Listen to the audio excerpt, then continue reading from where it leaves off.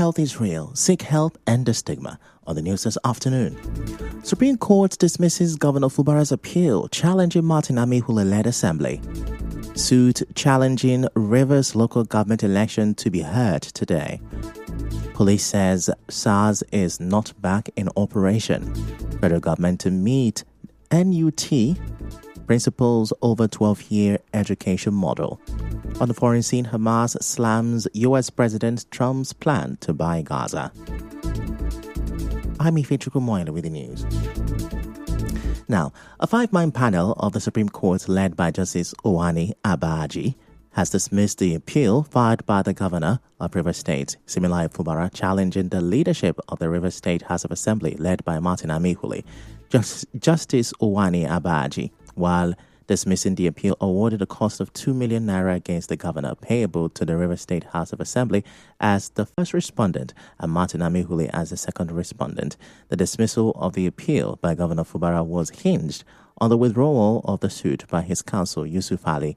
We will bring you final details in our subsequent bulletins. And now the Supreme Court will also hear 2 appeals filed by the APC challenging the legality of the local government election conducted in Rivers State in 2024. The court is hearing the suit following the conclusion of the preliminary proceedings by Justice Uwani Abaji, who led a 5-member panel that ordered parties to file and exchange their respective briefs before the 10th of February. The appeals are against a judgment by the Court of Appeal in Abuja, which reversed an earlier decision by Justice Peter Alifu of the Federal High Court, Abuja, restraining the Independent National Electoral Commission (INEC) from releasing voters' register to the River State Independent Electoral Commission (RISIEC) to conduct the local government election. Justice Alifu restrained INEC on the grounds that conditions precedent for the conduct of such election were not met by RISIEC.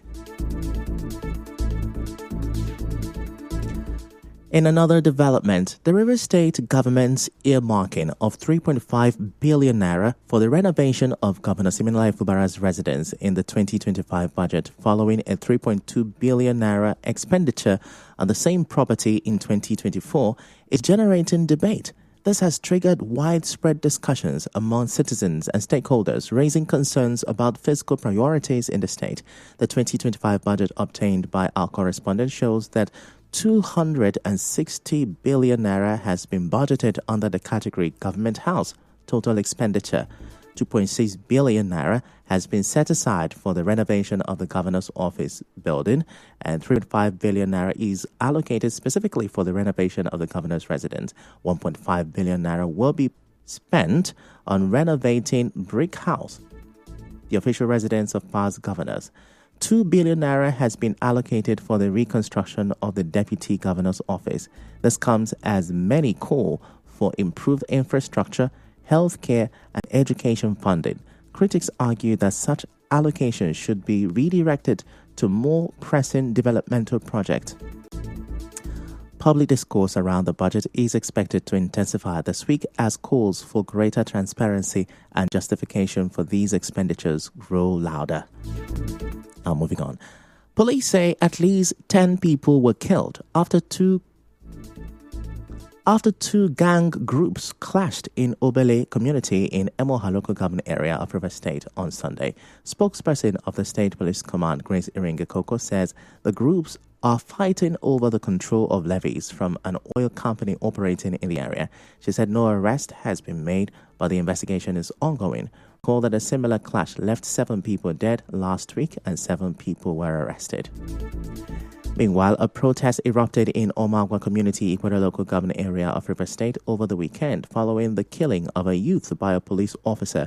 The policeman attached to the Omagwa division shot and killed Chikwuma Ebule, a native of the community. This sparked protest in the community. The protesters initially carried the body of the slain youth to the Omagwa Divisional Police Station. They were, however, resisted and repelled by the policemen. They then blocked the road in protest, causing gridlock on the busy highway that leads to the Port Harcourt International Airport and Owerri in Imo State. When contacted, the spokesperson for the Rivers State Police Command, Grace Iringekoko, said the police officer has been arrested while the body of the deceased has been deposited at the morgue. And now operatives of the National Drug Law Enforcement Agency, NDLEA, have arrested 2 drug kingpins at the Port Harcourt International Airport and the Murtala Mohammed International Airport, who excreted a total of 125 wraps of heroin. A statement by the agency spokesperson Femi Babafemi said one of the kingpins uses dual identities to facilitate his cross-border movement. He said the suspect holds a Nigerian passport under his original name, Onyekwonike Elochukwu Silvanus, and a Sierra Leonean passport under a different name, Kabo Mohammed Fode. The statement said he was intercepted by the NDLEA officer with his Sierra Leonean passport on February 2nd at the Port Harcourt Airport, River State, during the inward clearance of passengers on a Qatar Airways flight from Doha through Abuja to Port Harcourt. Elsewhere, the leader of the proscribed indigenous people of Biafra, IPOB Nnamdi Kanu, today questioned the jurisdiction of his alleged terrorism case when he reappeared before Justice Binta Nyako of the Federal High Court for the resumed hearing of his case. Despite Mr. Kanu's insistence that Justice Nyako has no jurisdiction over his case, the judge adjourned the matter indefinitely. Mr. Kanu was brought into Nigeria in June 2021 and has since been detained and tried for alleged terrorism. His trial was stalled after Justice Nyako recused herself from the case following an oral application by the defendant on September 24, 2024.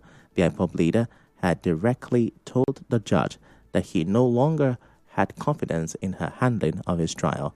However, the Chief Judge of the Federal High Court, John Soho, reverted the file to Nyako on the ground that Kanu's application must be brought formally before the court through a motion on notice. Meanwhile, the Nigeria Police Force has denied reports that the notorious Special Anti-Robbery Squad, SARS, has made a return to the streets. In a statement today, Force spokesperson Muyiwa Adejobi said SARS remains dissolved and disbanded. He asked the public to treat the post with caution and always verify information from the force's official social media handles. Recently, a viral social media post claimed that SARS has been reformed, with personnel handed new rules of engagement. The post lists the purported rules of engagement to include non-interference in civil matters and cybercrimes. Still to come, federal government to meet NUT principals over 12-year education model. Stay with us.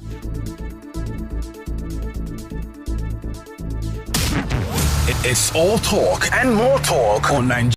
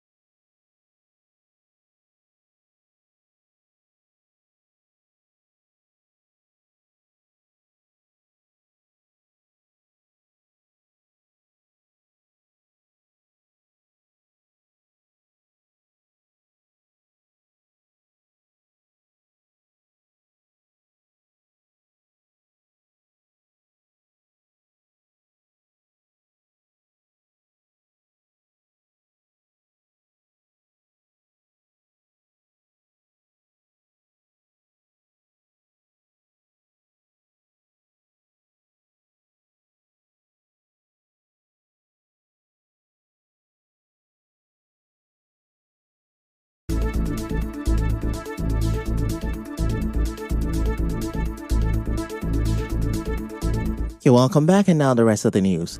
The federal government will on Wednesday meet with the Nigerian Union of Teachers NUT and the All Nigerian Confederation of Principals of Secondary Schools ANCOPS to discuss a proposal by the Minister of Education Tunji Alhausa to extend basic education to 12 years. The proposal aims to merge junior and senior secondary school education into a continuous program, sparking mixed reactions among stakeholders. ANCOPS President Musa Ibrahim clarified that the idea is still under discussion and not yet law.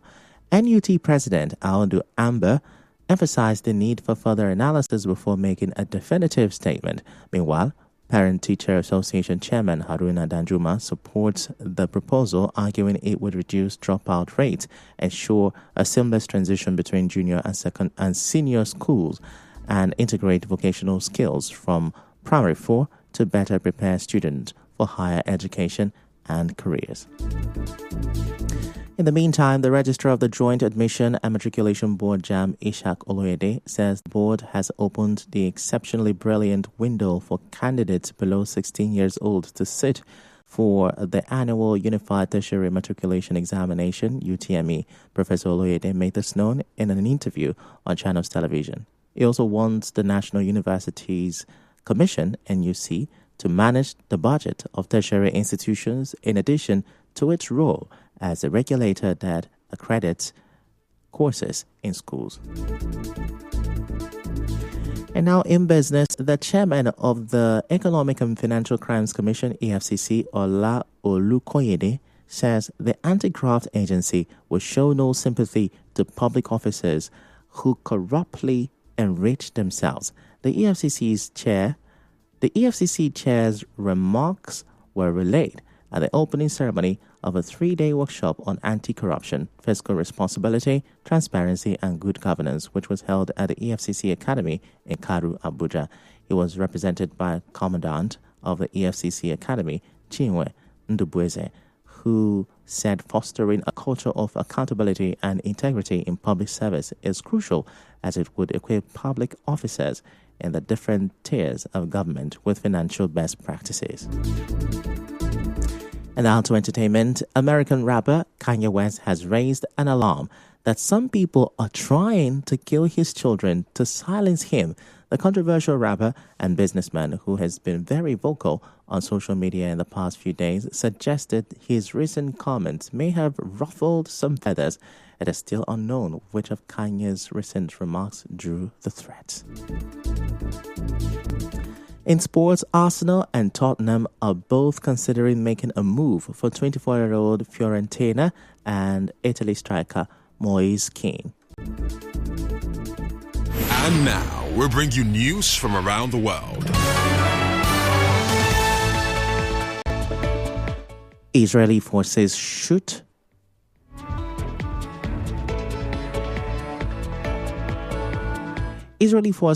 dead 3 Palestinians, including a pregnant woman, in the occupied West Bank as the number of people displaced by Israel's weeks-long offensive grows to over 35,000 people. Hamas condemns U.S. President Donald Trump's renewed offer to buy and own Gaza, warning him that tackling the Palestinian issue with the mentality of a real estate dealer is a recipe for failure.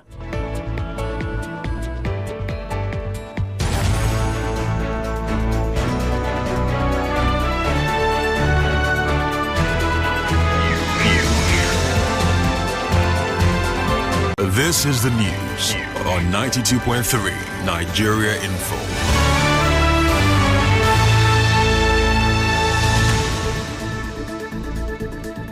And that's a wrap on the news this afternoon. Before we go, let's have a look at the major stories. The Supreme Court has dismissed Governor Fubara's appeal challenging the Martin Amihule-led assembly. A suit challenging Rivers local government election is to be heard at the Supreme Court today. Police says SARS is not back in operation. The federal government will meet NUT and principals on Wednesday over the 12-year education model. On the foreign scene, Hamas has slammed the U.S. President Trump's plan to buy Gaza. The news was edited by Martha Okere. To reach the news team, send an SMS or WhatsApp to 0808-721-7215. I'm Ifechukwu Moyali. Many thanks for listening.